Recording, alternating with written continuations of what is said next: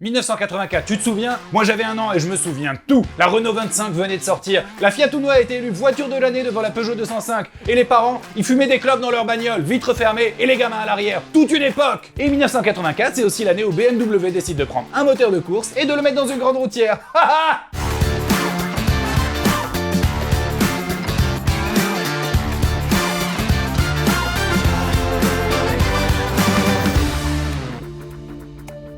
Et bah vous savez quoi, c'était une idée de génie, parce qu'en faisant ça, ils ont créé la niche des berlines très haute performance. Cette première M5 était basée sur la série 5 E28, mais elle était intégralement assemblée à la main dans les ateliers Motorsport, ce qui fait qu'ils en ont produit que 2000, et c'est aussi pour ça que si vous en cherchez une aujourd'hui en bon état, elle sera hors de prix. Son moteur, c'était un 6 cylindres en ligne de 3,5 litres qui sortait 286 chevaux. Il l'avait récupéré sur la fabuleuse M1. The BMW M1.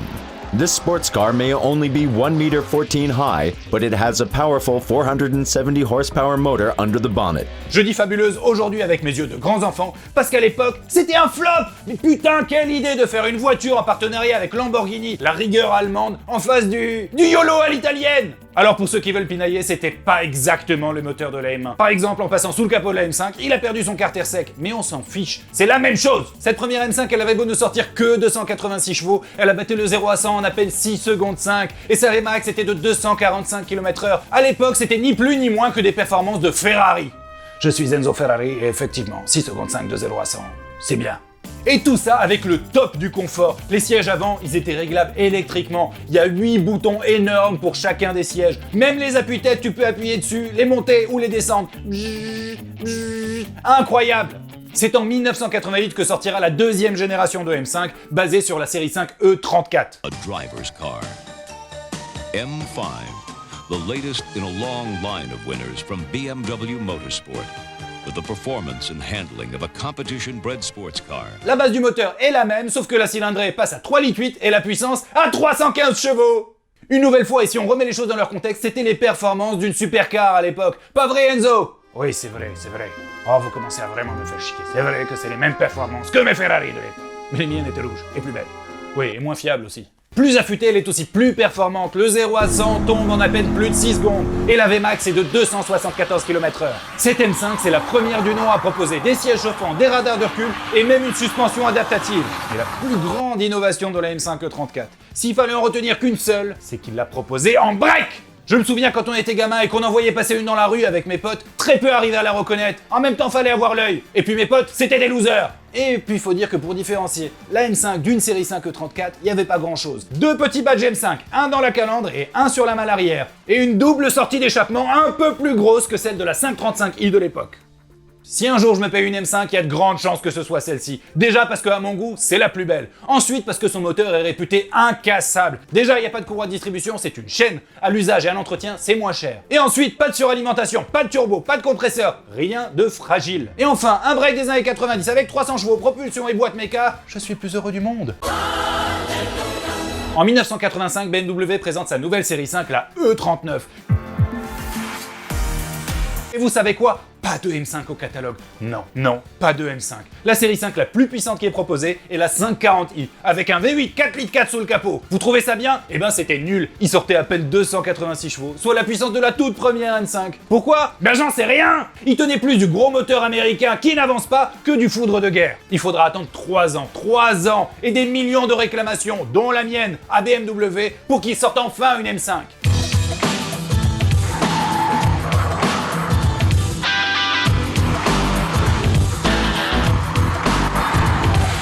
La M5 E39 reprendra le moteur, enfin la base du moteur de la 540i, sa cylindrée augmente et sa puissance passe de 286 à 400 chevaux. Yes!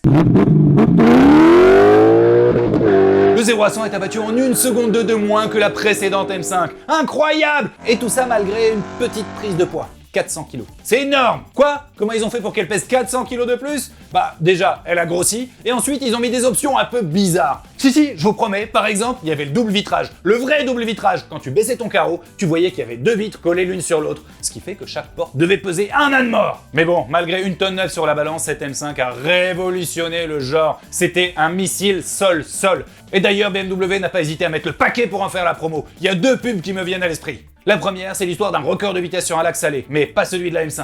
Le genre de pub qui te retourne le cerveau. Regarde.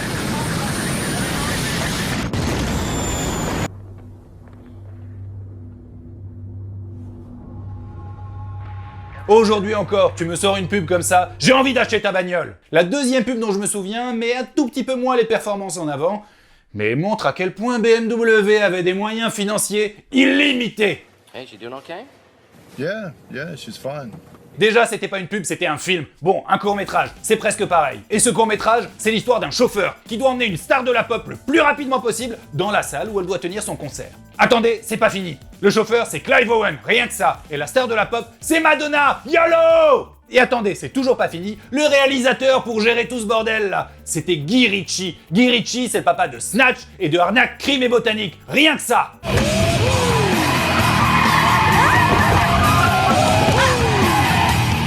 Résultat, un film complètement barré où Madonna se fait balader sur la banquette arrière, elle manque de se péter des côtes à chaque seconde, et arrivée à sa salle de concert, il la jette en dehors de la bagnole et elle s'est fait pipi dessus. N'importe quoi. Cette M5 E39, elle est désirable pour plein de raisons. La première, c'est que c'est la dernière à proposer un V8 Atmos sous son capot. La deuxième, c'est que c'est la dernière à proposer une boîte méca en Europe. J'y reviendrai plus tard. Et enfin, c'est aussi la première M5 à atteindre le seuil psychologique des 400 chevaux. Pour la première fois, BMW va en vendre plein de son M5, un peu plus de 20 000 pour celle-ci. Et c'est la raison pour laquelle on en trouve plein d'occasions. 20 000 exemplaires de M5. Chapeau les gars. Du coup, BMW, ils étaient lancés sur l'autoroute du YOLO à 300 km/h. Plus rien ne pouvait les arrêter. Et quand il a fallu penser à une nouvelle M5, basée sur la série 5 E60, vous savez ce qu'ils se sont dit? Qu'il fallait frapper d'un grand coup sur la table. Bah les mecs, vous avez déjà un V8 et une boîte méca dans une grande routière, vous voulez quoi de plus? Ah, V8 c'est pas assez, on va mettre un V10. Un V10 dans une série 5. Un putain de V10. Je fais bien le V10, hein. Dans une série 5, 507 chevaux. 507 chevaux dans une M5 qui esthétiquement est plus discrète qu'une série 5 d'aujourd'hui. Vraiment, regardez. Ouais, super, il y a 4 sorties d'échappement, la 520D, elle en a pas. Les mecs qui prennent des packs M là et qui rajoutent des grosses canules complètement fausses. Vous êtes vus? Moi je vous vois et je vous juge. À l'époque, il y a très peu de voitures qui avaient un V10 sous leur capot. De mémoire, il y avait la Lamborghini Gallardo et la Dodge Viper et c'est tout en fait. Même les Ferrari n'avaient pas de V10 sous leur capot. Je suis Enzo Ferrari et je ne sais pas ce que c'est qu'un V10. Chut, chut, chut. Les performances annoncées sont inédites pour une voiture de cette catégorie. Le 0 à 100 est abattu en 4 secondes 7. Ça passe sous la barre des 5 secondes, c'est incroyable. Et la vitesse maxi est de 317 km/h. Rien que ça, dans une voiture de 5 places, avec laquelle tu peux faire de la route autant que tu veux. Enfin, aussi loin que ton plein pouvait t'emmener. Parce que le machin là... il paraît que ça suçait pas mal. Et puis un V10 avec un rupteur à 8250 tours minute, ça pouvait être que formidable pour les oreilles. Eh ben non. À sa sortie, cette voiture avec sa ligne d'origine, on n'entendait rien du tout. Fallait vraiment monter très très haut dans les tours pour commencer à te rendre compte que t'avais un gros moteur. Il paraît qu'à froid, quand tu démarrais, le truc faisait quasiment un bruit de diesel. N'importe quoi. Bon, je vous rassure, il suffit de changer les silencieux, ou encore mieux, de mettre une ligne inox. C'est bien les lignes inox.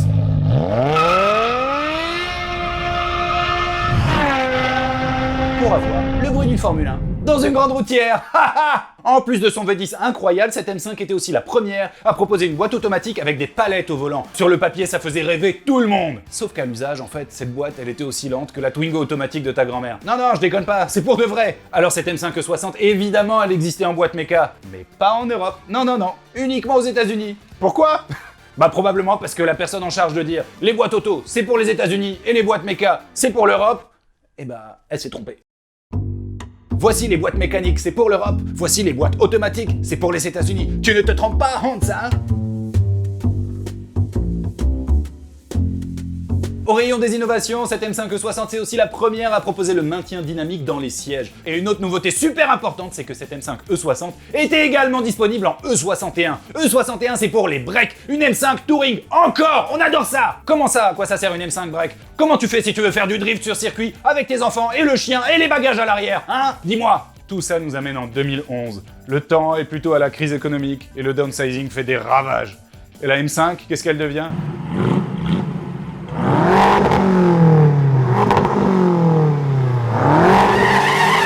La M5 E60 est remplacée par la M5 F10 qui perd 2 cylindres. En revanche, elle gagne 2 turbos et sa puissance, elle passe à 560 chevaux. Wouah! Le 0 à 100 est abattu en 5 secondes et la vitesse maxi atteint encore des sommets loin au-dessus de 300 km/h. Ça devient n'importe quoi. Et puis cette M5 F10 là, c'est une machine à brûler les pneus arrière.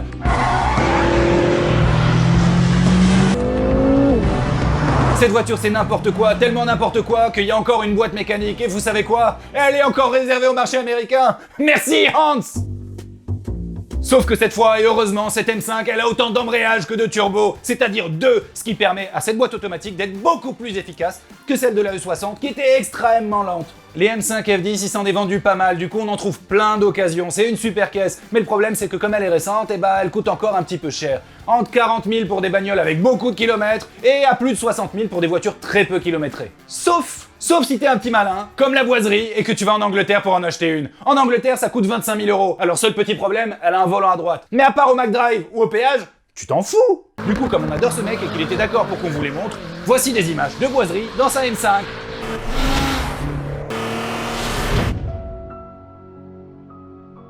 Et une fois n'est pas coutume, BMW a mis le paquet pour faire la publicité de cette nouvelle M5. La série 5 F10 est remplacée par la série 5 F90. Franchement, ils sont sérieux chez BM avec ces nomenclatures, j'y comprends rien.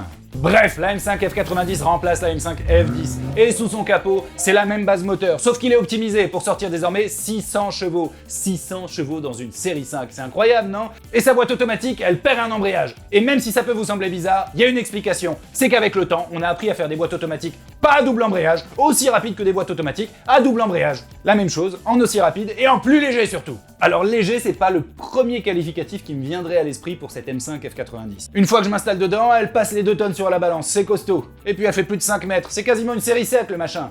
Et si elle est aussi lourde, c'est aussi parce que c'est la première BMW M5 à proposer un système 4 roues motrices. 4 roues motrices sur une M5, sérieusement, c'est quoi ce sacrilège? Ils se prennent pour Audi ou quoi?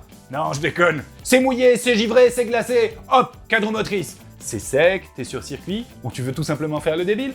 Hop, 2 roues motrices. Pure propulsion. Incroyable, c'est lourd, mais c'est génial. La M5 F90 c'est aussi l'une des voitures les plus technologiques que j'ai jamais vues. Non mais sincèrement, t'as des dizaines de réglages pour la transmission, les suspensions, le moteur, la pression des turbos. C'est n'importe quoi, c'est un vaisseau spatial. La M5 F90 c'est la seule que j'ai vraiment pu essayer. Mais quand je l'ai essayé, c'est pour de vrai. Mais ça, je vous l'ai déjà dit dans Brap. Allez regarder en cliquant sur petit i. Merci BMW de continuer à faire des voitures aussi débiles qu'inutiles. C'est super fun et c'est ça qu'on veut. Ce nouveau T5M est terminé, n'hésitez pas à me dire dans les commentaires ce qui vous a plu ou déplu. Évidemment, j'ai dû faire des erreurs, comme à chaque fois. Pour ne rater aucune de ces vidéos, vous vous abonnez, vous activez la petite cloche, vous nous suivez sur Instagram, et puis c'est à peu près tout. On vous demandera jamais rien d'autre de toute façon. Allez, à la prochaine.